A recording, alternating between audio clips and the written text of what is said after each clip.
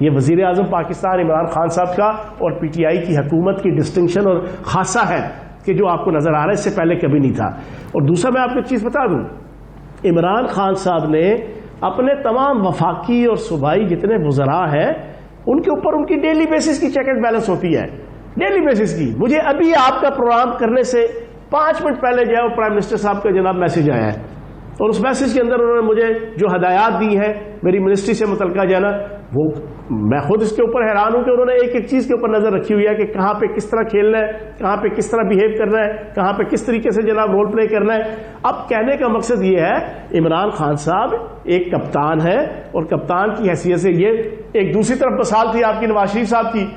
365 دنوں میں 165 دن تو جو ہے نا وہ دوروں پہ ہوتے تھے باہر، اور دورے بھی کوئی ریاست کی تعمیر و ترقی یا پاکستان کی تعمیر و ترقی کے لیے نہیں ہوتے تھے، وہ ہوتے تھے اپنے کاروباروں کی تعمیر و ترقی کے لیے، اپنے موج میلے کے لیے، اپنے بیوی بچوں کے ساتھ جناب شغل میلہ کرنے کے لیے، گھومنے پھرنے کے لیے، باہر پراپرٹیاں خریدنے کے لیے، چوہان صاحب باہر کاروبار شروع کرنے آپ کے کے لیے. مطابق ڈیلی بیسس پہ چیک اینڈ بیلنس چل رہا ہے، تو آپ ایک صوبے کے وزیر اطلاعات ہیں، تو یہی بتا دیں کہ پنجاب صوبے کے اندر جو ڈیلی بیسس پہ چیک اینڈ بیلنس چل رہا ہے اس میں کیا کسی وزارت کے حوالے سے، اس کے کام کے حوالے سے اعتماد یا نااعتمادی کا اظہار کیا گیا اب تک؟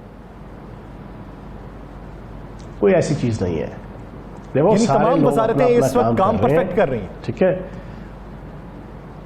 نہیں میں پرفیکٹ کی بات نہیں کروں گا، لیکن سارے اپنا کام کر رہے ہیں، اور وفاق کی اور وزیر اعظم پاکستان عمران خان صاحب کی نظر ہے، اور جو اگر وہ سمجھیں گے کہ یار کوئی منسٹر ٹھیک کام نہیں کر رہا، کوئی بیوروکریٹ ٹھیک کام نہیں کر رہا، تو بھائی ان کا پروگیٹو ہے، ان کا اختیار ہے، ان کے پاس 5 سال کا مینڈیٹ ہے، انہوں نے جو نا وہ ان کا دائرہ اختیار ہے. اس کے اوپر بہت زیادہ ہمیں سوچنے کی یا اس کے اوپر کریدنے کی ہمیں کوئی ضرورت ہی نہیں ہے.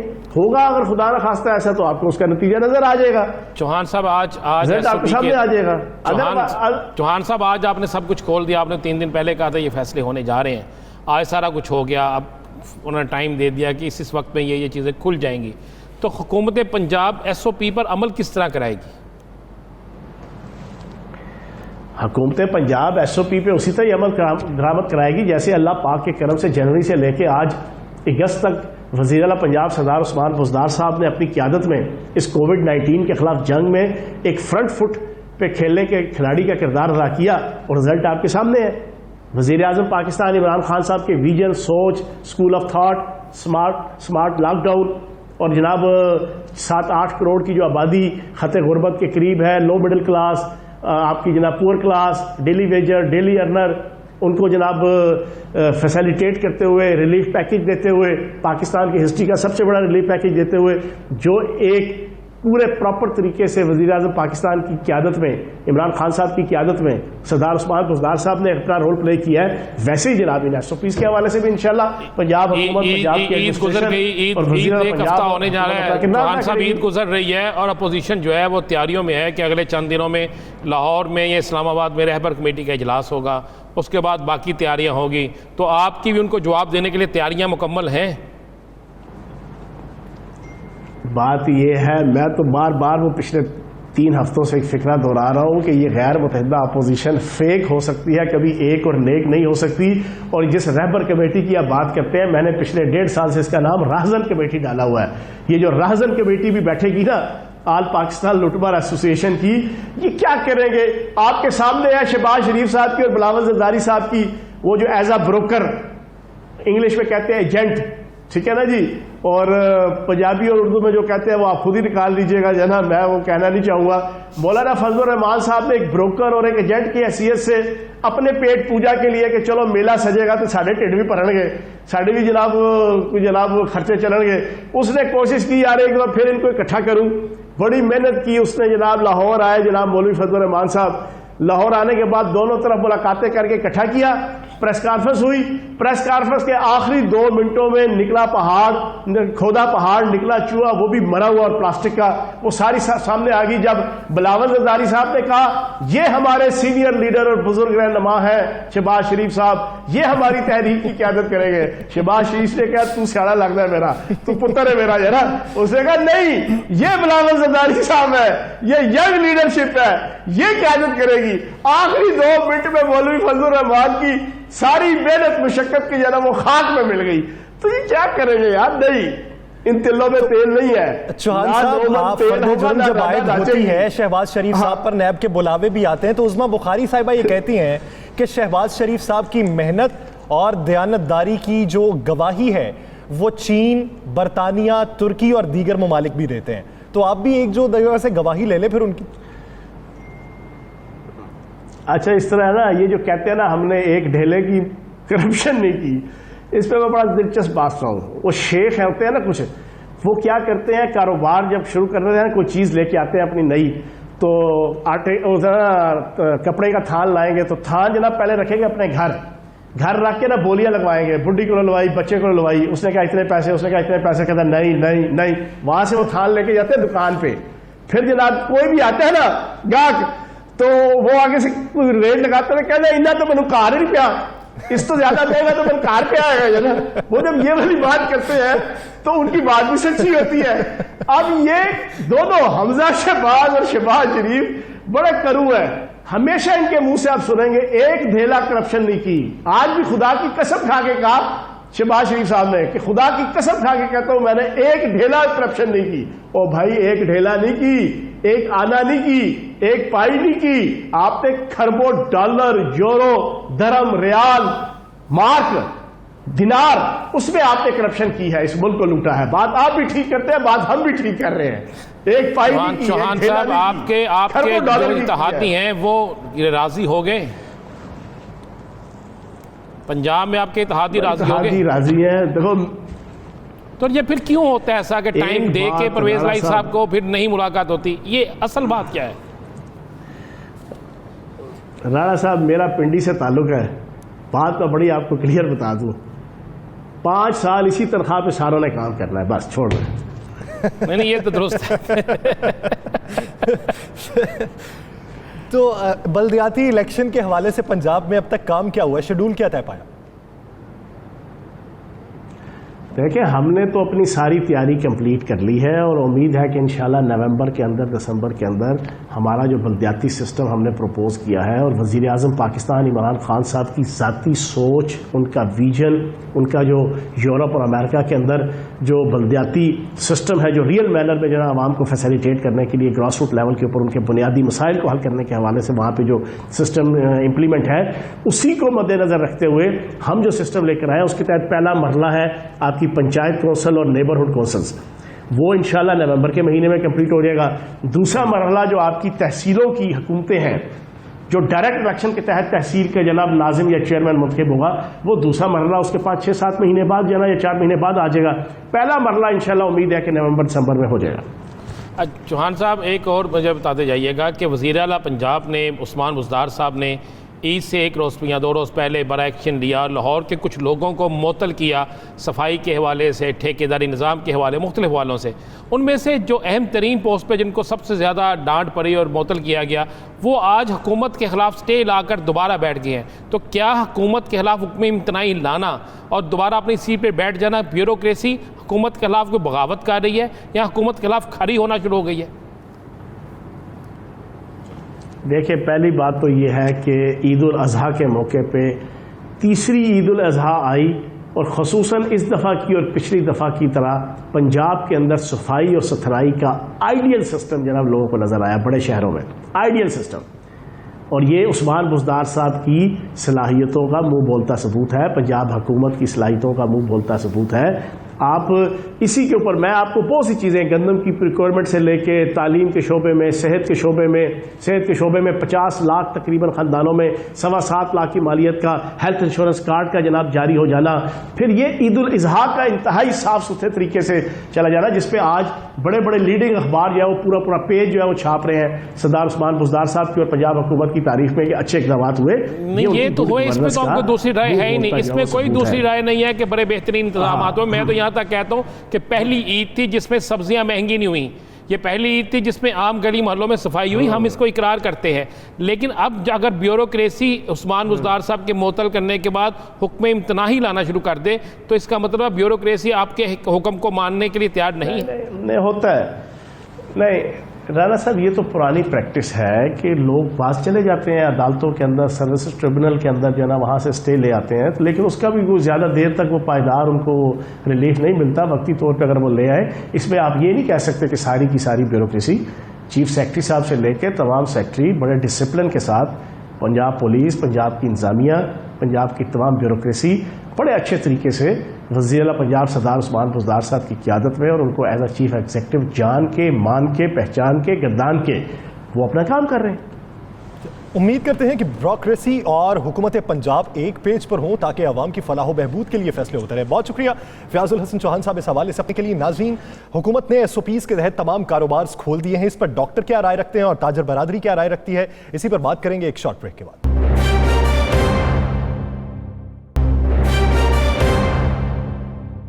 Welcome back. ناظرین، دنیا کو مفلوج کر دینے والی بیماری کورونا پاکستان میں بھی دم توڑ رہی ہے۔ اسی کے پیش نظر آج حکومت نے بھی لاک ڈاؤن SOPs کے تحت ختم کرنے کی نوید سنا دی ہے، جو کہ کاروباری طبقے کے لیے کافی خوش آئند بات ہے۔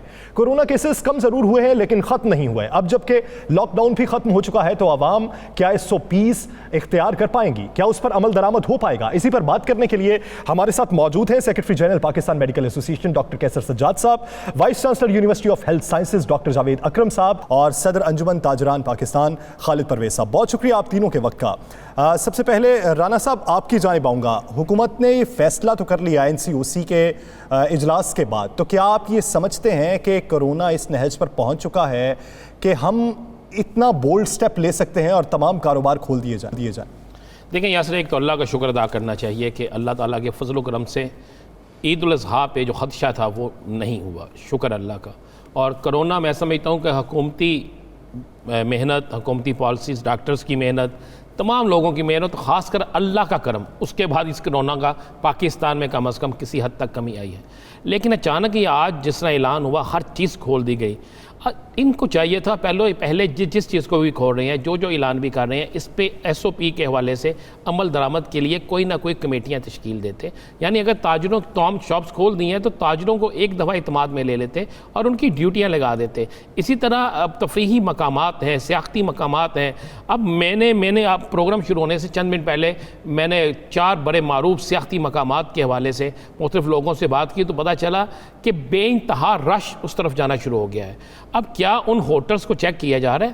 سوائے سنا کہ ایک ایسا مقام ہے مری، جہاں پر وہاں کے مقامی تاجروں نے، وہاں کے مری کی جو ایسوسی ایشن ہے اس نے اور وہاں کے ہوٹلز والوں نے SOP کے مطابق کام شروع کر دیا۔ انہوں نے لکھ کے لگا دیا ہے، انہوں نے بینرز لگا دیے ہیں، انہوں نے اسپرے شروع کروا دیا ہے۔ یہ سارا باقی جگہوں پہ نہیں ہو رہا، تو خدا نخواستہ وہاں پر جانے والوں کو اللہ نہ کرے کوئی ایسا مسئلہ ہو جاتا ہے تو اس کا حل کیا ہے؟ اور یہ ساری چیزیں کمیٹیاں تشکیل دینے کے بعد یہ فیصلہ کیا جاتا اور اعتماد میں لیا جاتا ہر سٹیک ہولڈر کو۔ ڈاکٹر جاوید اکرم صاحب، ڈاکٹر صاحب کیا آپ سمجھتے ہیں کہ اس وقت کورونا کی جو صورتحال ہے، ہم ابھی ڈبل ڈیجٹ پہ ہیں اموات کے حساب سے، اور خدا کا بے حد شکر کہ ہماری صورتحال ہمارے ہمسایہ ممالک سے کافی حد تک بہتر ہے، تو ایسی صورتحال میں مرحلہ وار یہ چیزیں کھولی جانی چاہیے تھی یا حکومت نے جو فیصلہ کیا وہ بہترین تھا؟ بالکل آپ نے صحیح کہا، اور میں یہ بتاتا چلوں کہ جو عید ابھی گزری ہے، عید الاضحیٰ، اس کا جو افیکٹ ہے وہ 3-4 دن میں نہیں آئے گا، کیونکہ اس کا انکیوبیشن پیریڈ ہی تقریباً 2 ہفتے کا ہے۔ اللہ کرے کہ یہ ٹرانسمیشن نہ ہوئی ہو اور ایسا ہی ہو کہ ہم اسی طرح ڈکلائن پہ رہتے رہیں، تو اس کا خطرہ بہرحال موجود ہے اور یہ موجود رہے گا۔ اور جیسے رانا صاحب نے کہا کہ سب سے بڑی وجہ اللہ تعالیٰ کا کرم اور فضل ہے، اور اس کے بعد میرا خیال ہے جو انہوں نے نام نہیں لیا بہت بڑے سٹیک ہولڈرز کا، وہ میڈیا ہے، کیونکہ میڈیا نے اس پہ جتنا ٹائم اور جتنی ایفرٹ دی ہے، میرا نہیں خیال کہ پاکستان جب سے بنا ہے یہ دی گئی ہے، اور اس کی وجہ سے ظاہر ہے کہ ایک اویئرنیس آئی، ایک شعور آیا، گورنمنٹ بھی انڈر پریشر آئی، ڈاکٹرز بھی انڈر پریشر آئے، اور ڈاکٹرز نے اور گورنمنٹ نے جو بھی کر سکتے تھے وہ کیا، جو ہمارا فرض تھا۔ اب جہاں تک کھلنے کا معاملہ ہے تو کھلنے کا یہ مطلب نہیں کہ قید سے کوئی چھٹ گئے، اور یہ بہت ضروری ہے کہ as a Pakistani, as a Punjabi, as a Sindhi ہم نے ضرور یہ چیزیں تفریحی مقامات پہ جانا ہے یا ہوٹلز میں ضرور جانا ہے۔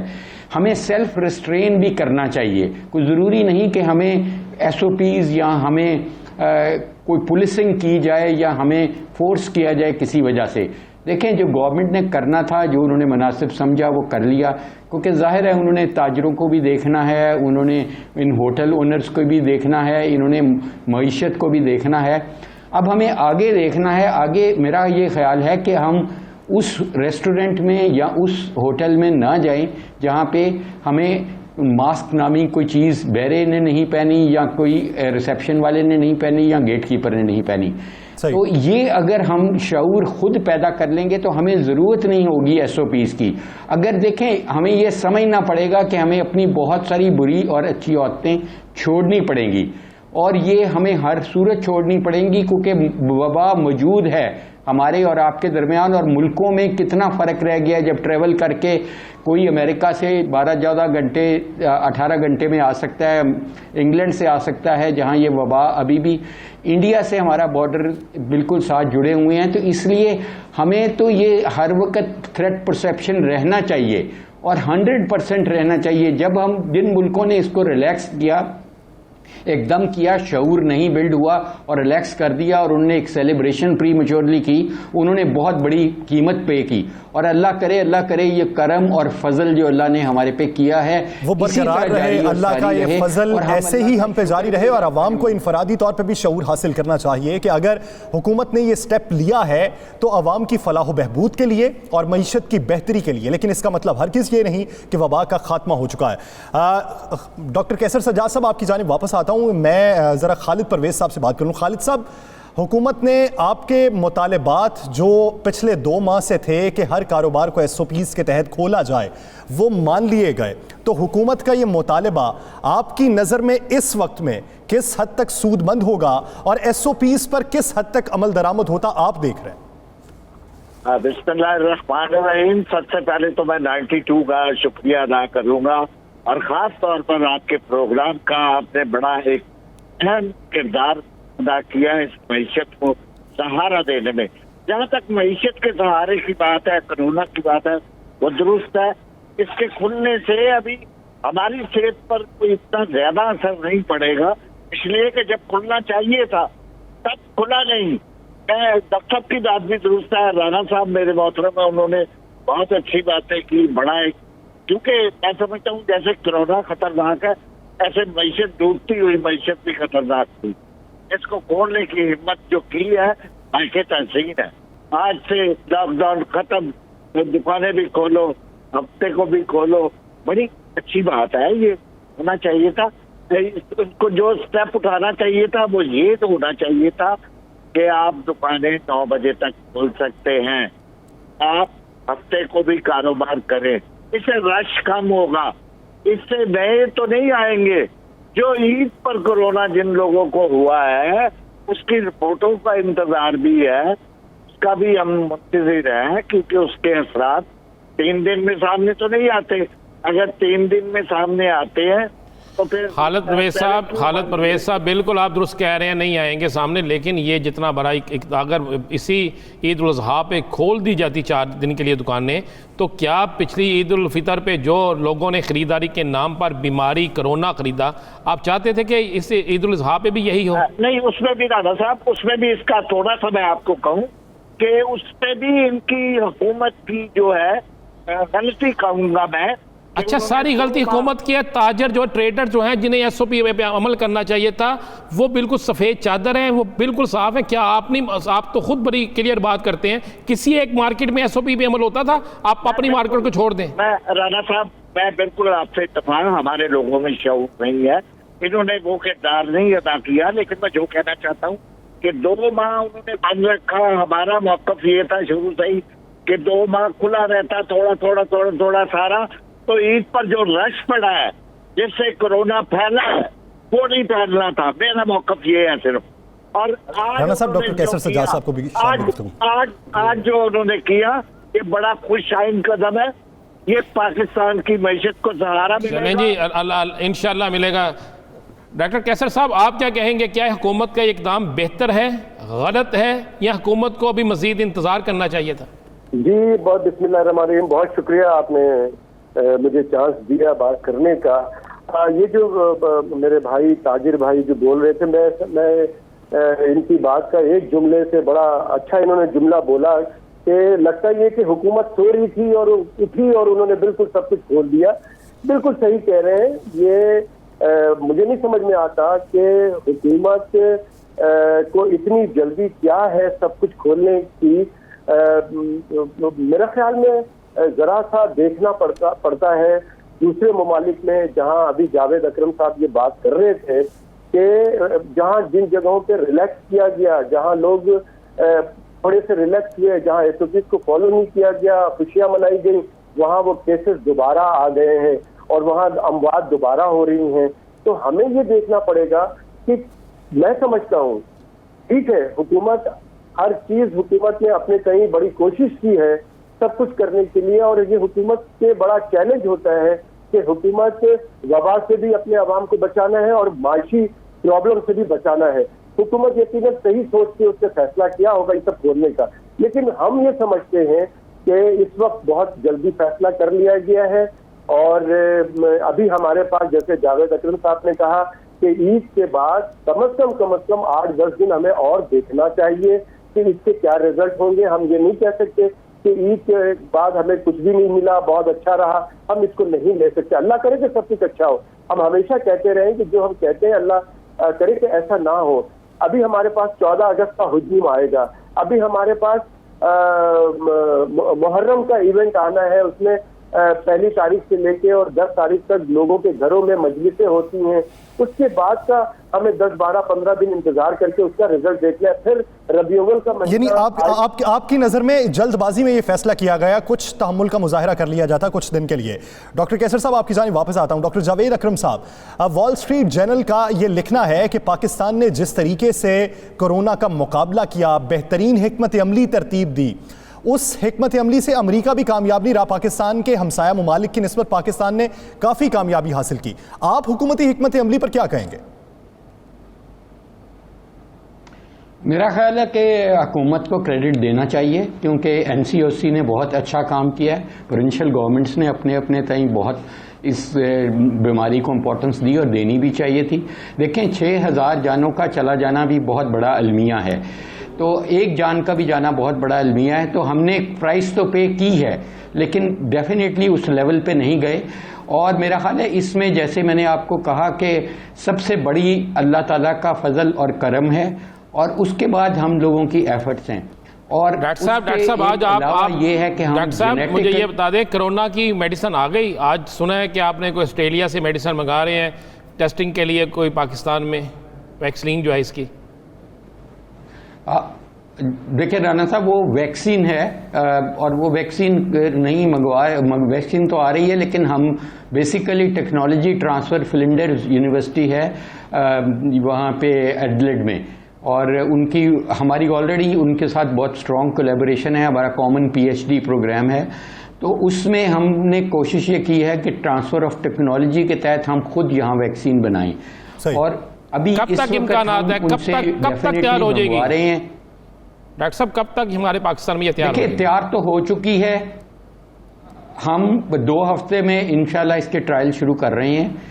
شروع پہ پائلٹ کریں گے اور اگینسٹ پلیسیبو کر رہے ہیں. ہم نے آج انرولمنٹ شروع کر دی ہے جو والنٹیئرز کی, اور جتنی دیر میں ہمارے ٹرائلز کمپلیٹ ہوں گے, اور اس میں 2 ڈوزیں لگنی ہیں, ایک 2 ہفتے بعد انشاءاللہ لگ جائے گی اور ایک اس کے 3 ہفتے بعد, اور ساتھ ساتھ ہم نے اینٹی باڈیز کی جنریشن دیکھنی ہے.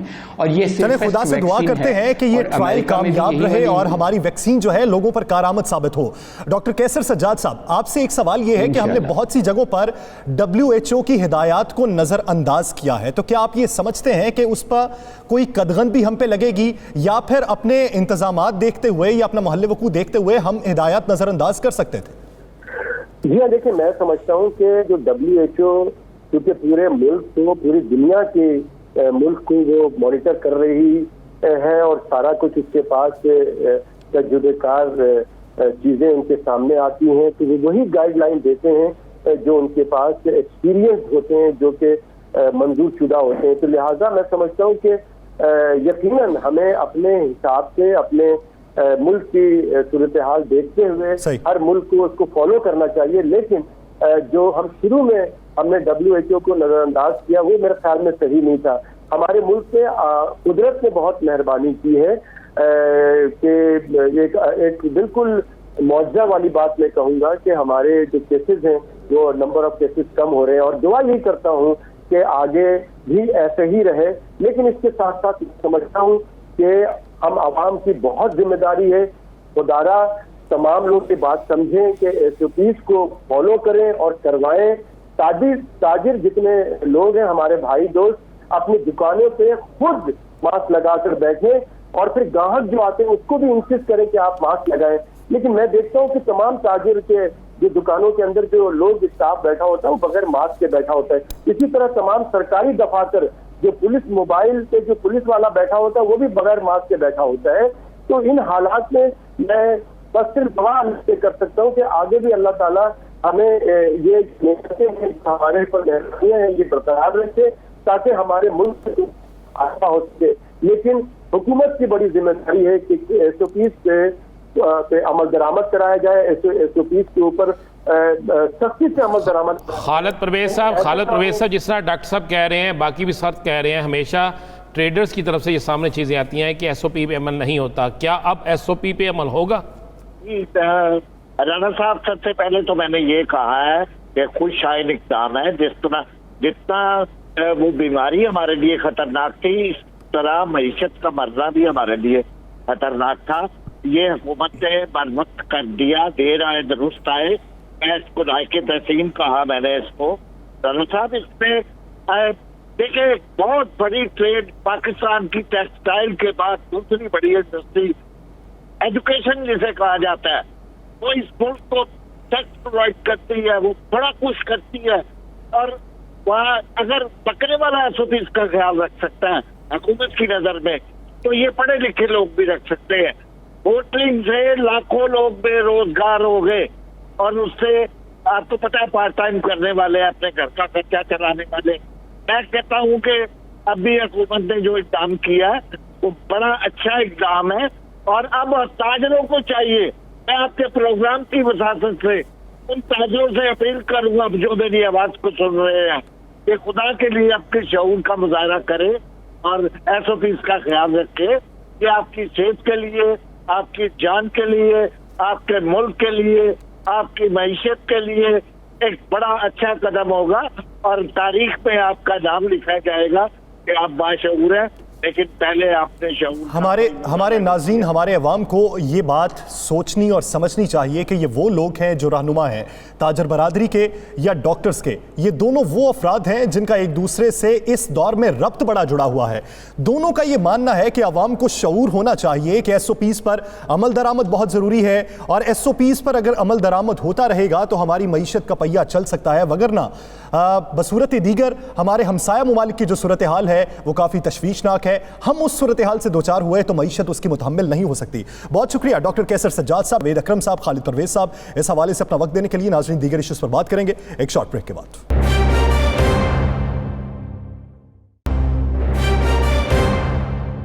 Welcome back. ناظرین، اپوزیشن سیاسی اکھاڑے کی تیاری کر رہی ہے تو دوسری جانب نیب بھی متحرک ہو چکی ہے. اسی کے نتیجے میں ہی آج نہ صرف شہباز شریف اور حمزہ شہباز پر بھی فرد جرم عائد ہوئی بلکہ مریم نواز کو بھی نیب نے طلب کر لیا ہے. تو پاکستان مسلم لیگ نون کے لیے کتنی مشکلات ہوں گی، اسی پر رانا صاحب سے بات کرتے ہیں. رانا صاحب، ایک جانب فرد جرم عائد ہو چکی ہے شہباز شریف صاحب پر، دوسری جانب مریم نواز صاحبہ کو بھی بلاوا آیا ہوا ہے، تو کتنی مشکلات ہو سکتی ہیں مسلم لیگ نون کے لیے؟ دیکھیں یاسر، مسلم لیگ نون کے لیے مشکلات کم ہوئی کب ہیں؟ جس کے لیے کوشش کی شہباز شریف نے، جس کے لیے کوشش کی کچھ اور لوگوں نے کہ کسی طرح مسلم لیگ نون کو ریلیف مل جائے. ریلیف اتنا ضرور ملا ہے کہ میاں محمد نواز شریف پاکستان سے باہر چلے گئے ہیں، مریم صاحبہ اپنے گھر میں ہیں. اس کے علاوہ اگر آپ کہیں کہ انہیں کوئی سیاسی ریلیف ملے، اس کے علاوہ آپ انہیں یہ کہیں کہ انہیں دوبارہ کوئی مالی ریلیف ملے، تو وہ ممکن نظر نہیں آتا. یا سر، اگر آپ دیکھیں کہ مریم نواز کی طلبی دوبارہ ہو گئی، مریم نواز کو بلایا جا رہا ہے. صبح سارے ٹی وی چینلز دیکھ رہا ہوں تو ہر شخص اپنے اپنے اندازے سے وہاں پہ بیان کر رہا ہے کہ کتنا مال ہے، کس لیے بگایا گیا، کیا ہوا کیا نہیں ہوا. اصل معاملہ جو ہے نا اس میں ایک زمین شریف خاندان زمین خریدتا ہے. یہ ٹوٹل شریف خاندان کی جانب سے 2013 میں جو زمین حاصل کی گئی وہ 3568 کنال رقبہ یہ ہے. اس میں سب سے زیادہ زمین ہے مسمات شمیم بی بی کی، جو مجموعی طور پر 242 ایکڑ یعنی 1936 کنال بنتی ہے. صحیح. اچھا مریم جس کا اثر اس کے بعد ہے مریم نواز, یہ کوئی 200 ایکڑ کہہ رہا تھا, کچھ کہہ رہا تھا. میرے پاس جو کنفرم چیز ہے 100% وہ ہے مریم نواز کے نام منتقل ہونے والی زمین کا کل رقبہ ہے 180 ایکڑ یعنی 1440 کنال, اور سابق وزیر اعظم میاں نواز شریف کے نام منتقل ہونے والی زمین جو ہے وہ 12 ایکڑ ہے جو 96 کنال بنتی ہے, اور سابق وزیر اعلیٰ پنجاب کے نام جو ہوئی ہے وہ 12 ایکڑ ہے وہ بھی 96 کنال بنتی. اب ہوا کیا, اب دیکھیں کہ کس طرح گھیرا ان کے خلاف تنگ نہیں ہوگا, کس طرح یہ بچ سکتے ہیں کہ کیس پہ کیس کھل رہے ہیں کہ ان لوگوں نے ایک زمین خریدی ہے باقاعدہ, وہ سستے داموں خریدی ہے مہنگے داموں خریدی ہے, اس کو ایک بالکل سائڈ پہ رکھ دیتے ہیں. بہت سے لوگ اس حوالے سے گرفتار ہوئے کہ انہوں نے زمین لی, زمین لینے کے بعد ایل ڈی اے اور دیگر جو ادارے ہیں ان کے واجبات, ان کے قوانین, ان کی فیسیں یہ ادا نہیں کی. انہوں نے بھی ایسے ہی کیا.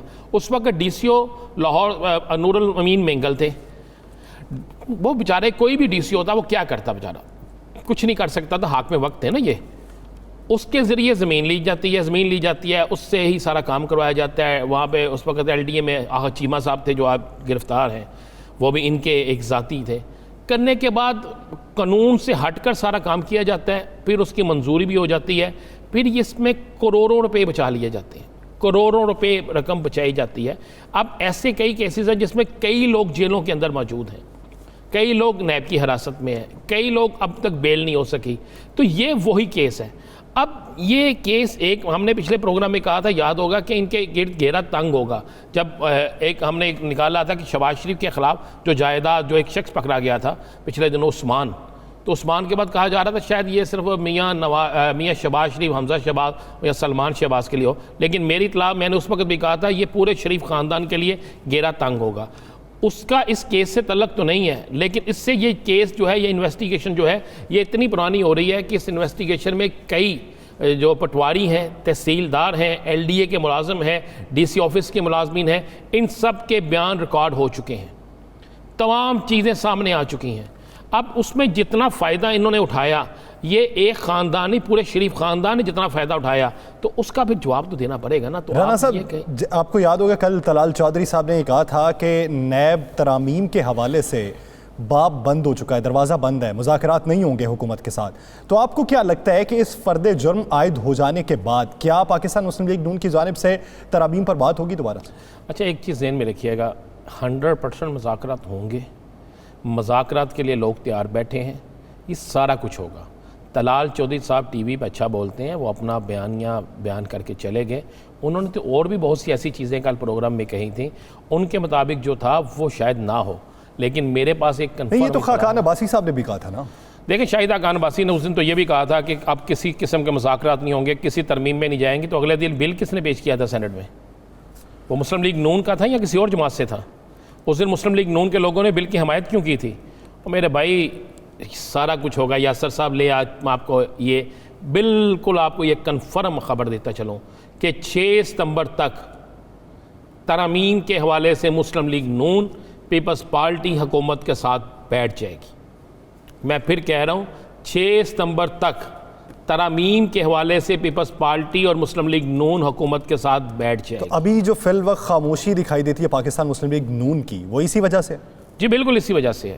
میں نے تو کہا کہ مجھے بتائیں نا, پورا ٹبر جن کے اندر نا پنجابی سارے ہی گرفتار ہو گئے بیچارے, کیا کریں. میاں نواز شریف باہر, شہباز شریف جو ہے اس پہ کیسز, حمزہ شہباز گرفتار, سلمان شہباز یہاں پہ نہیں ہے, حسن نواز حسین نواز یہاں پہ نہیں ہے, مریم خاموش ہے.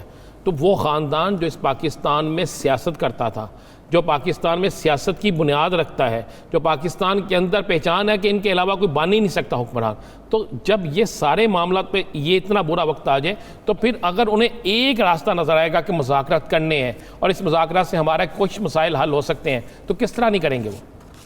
اور یہ بھی ذہن میں رکھیے رانا صاحب, یہ 1-2 ماہ میں کیا یہ خاموشی مزید گہری ہو جائے گی یا پھر یہ سکوت ٹوٹے گا؟ سکوت نہیں ٹوٹے گا, بالکل نہیں ٹوٹے گا. میں آپ کو بالکل یہ کہہ رہا ہوں.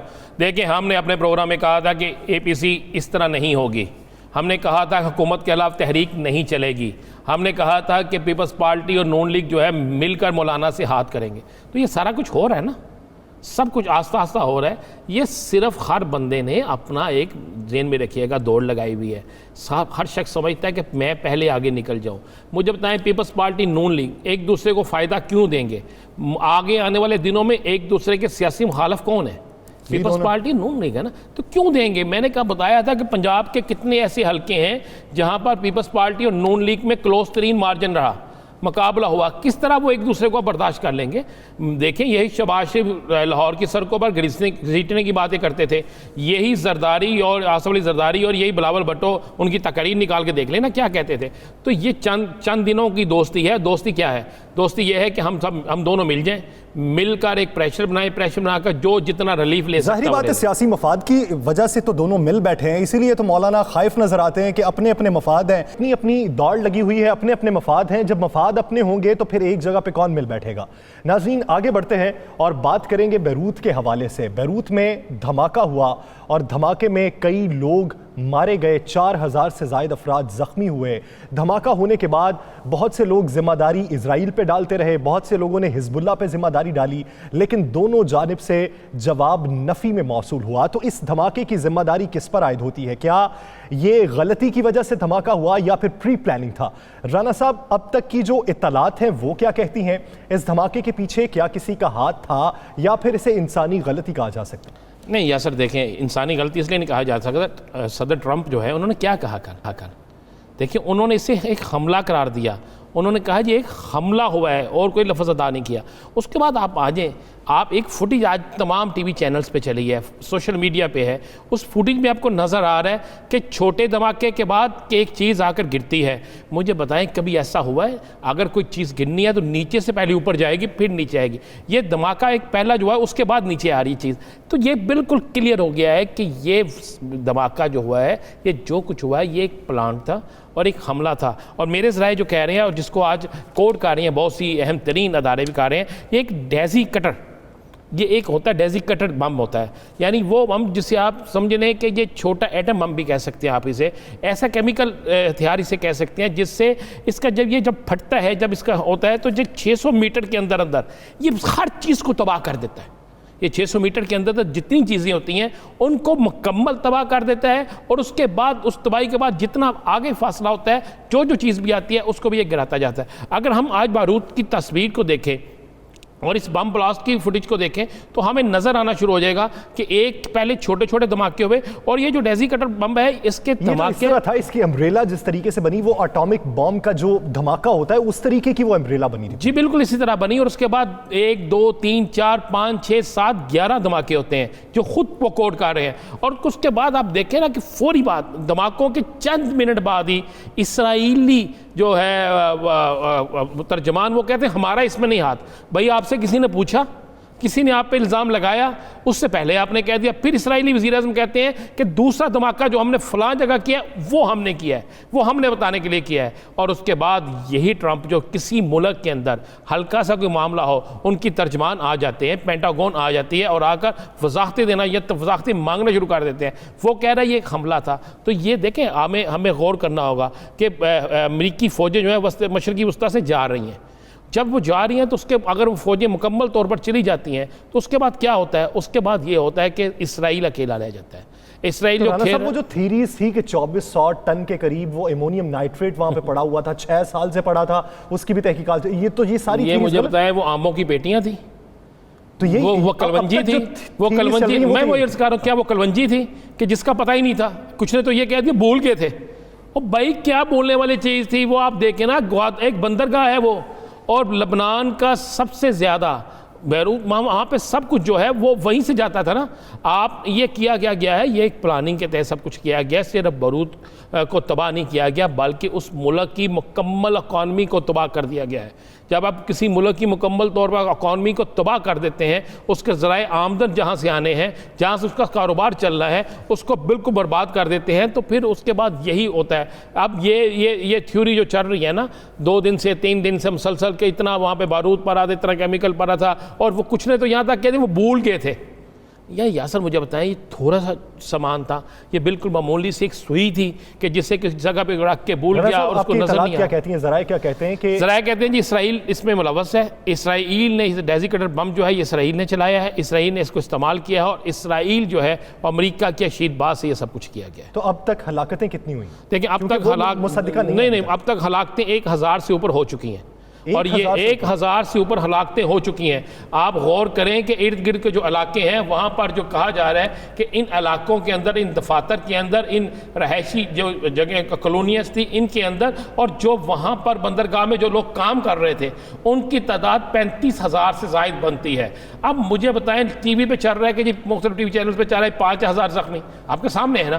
اب اتنی بڑی تعداد وہاں پہ رہتی تھی، ابھی تو بے انتہا لوگ ایسے ہیں جن کے متعلق یہی نہیں علم ہو سکا کہ وہ کہاں پہ ہیں، یعنی 1000 اب تک ہلاکتیں ہو چکی ہیں۔ جس دھماکے کی آواز تک سنائی دی جو 240 کلومیٹر وہاں سے دور ہے، تو اس کی شدت کا اندازہ لگایا جا سکتا ہے۔ اس سے یہ اندازہ لگایا جا سکتا ہے کہ مشرق وسطیٰ سے اگر امریکہ کا انخلا ہو جاتا ہے تو پھر پیچھے صورتحال امریکہ کے کنٹرول میں کہاں رہتی ہے، اسرائیل کے کیا مفاد ہوں گے، یہ ساری چیزیں دیکھ کے ہی اس کے نتائج کا اندازہ لگانا آسان ہوگا۔ ناظرین، دی لاسٹ آور سے مجھے اور رانا عظیم صاحب کو دیجیے اجازت، اللہ نگہبان۔